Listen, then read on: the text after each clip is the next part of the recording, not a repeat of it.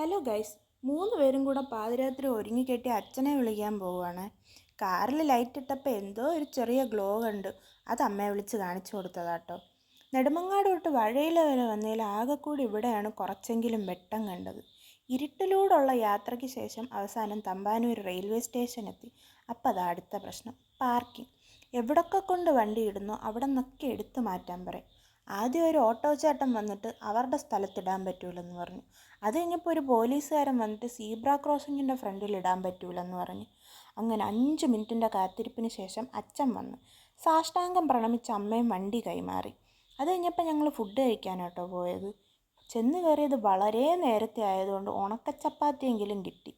കഴിച്ചുകൊണ്ടിരുന്നപ്പോൾ തന്നെ മഴ ചാറിത്തുടങ്ങി. വണ്ടിയിലങ്ങ് കയറിയതും പെരും മഴയും തുടങ്ങി. ഒരു 12 മണിയായപ്പോഴത്തേക്കും വീടെത്താറായെന്ന് ഉറപ്പായി കഴിയുമ്പോൾ പാറു അങ്ങ് ഉറങ്ങി വീഴും. വേറൊന്നും കൊണ്ടല്ല, ഗേറ്റ് തുറക്കാനുള്ള മടി കൊണ്ടാണ്. പിന്നെ ഞാനങ്ങ് ഇറങ്ങി തുറന്നു. ഇനി എനിക്കൊന്ന് ഉറങ്ങണം. Bye guys.